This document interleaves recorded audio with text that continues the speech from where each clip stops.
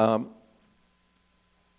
Chairman, as we pointed out earlier, this is a bit of an extraordinary process, and we archived a number of portable memory units of past chiefs of staff for the committee on our side of the aisle, and we can't, at least back through the chairmanship of George Miller in the early 90s, can't find a precedent for doing business in this way. I'm pleased that the committee is acting on sort of wilderness bills, and I'll say sort of because I'll get to the qualifications in a moment, so hopefully that breaks the logjam.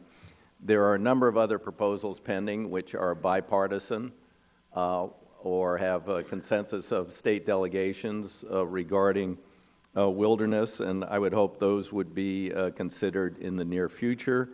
I point out if the intention is to go forward on suspensions, that we would look for some rough equity here. We realize we're in the minority, but there are here 10 Republican proposals and 1 Democratic proposal, and if we were going to the floor with 10 suspensions for land bills for Republicans and only 1 Democrat, I think there would be problems on my side of the aisle in supporting the suspension process. So hopefully we'll move toward a little bit more equity. Secondly, there's some really, I think, bizarre provision in this, and I think it raises actually potentially constitutional issues. I know that the majority doesn't like the Land and Water Conservation Fund, but it does exist, and it does get annual allocations in the hundreds of millions of dollars range, and one of the principal intents of Land Water Conservation Fund is to allow someone who has an inholding as a willing seller to sell that and get their investment out of their property. This bill actually prohibits, these bills have new language to prohibit the use of land and water conservation funds from purchasing inholdings from willing sellers. So those willing sellers who now have inholdings are left with 2 options. It's a donation or an exchange. Why would we deprive private property rights in that way? If it's in an inholding, and there are many within existing wilderness areas, and that I grant there's a long list, but still, why would you preclude that option? Some think that this might actually raise some constitutional issues.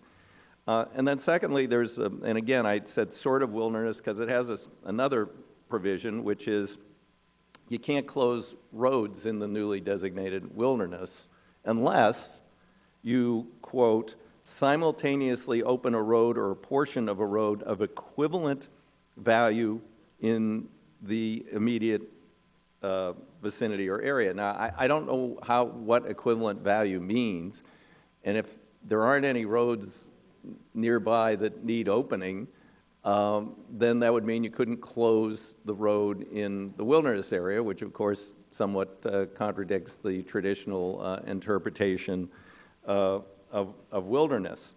So that causes a good deal of concern on our part. And then finally, there's what's so-called hard release language, which is, okay, we've now done this wilderness, you can never ever consider lands that were in that area for future wilderness designation, no matter what the community sentiment or future political sentiment might be about additional wilderness in that area. This is something that actually the committee was of tremendous controversy in the early days of the Wilderness Act, and was resolved back in 1984. And that was a so-called soft release language.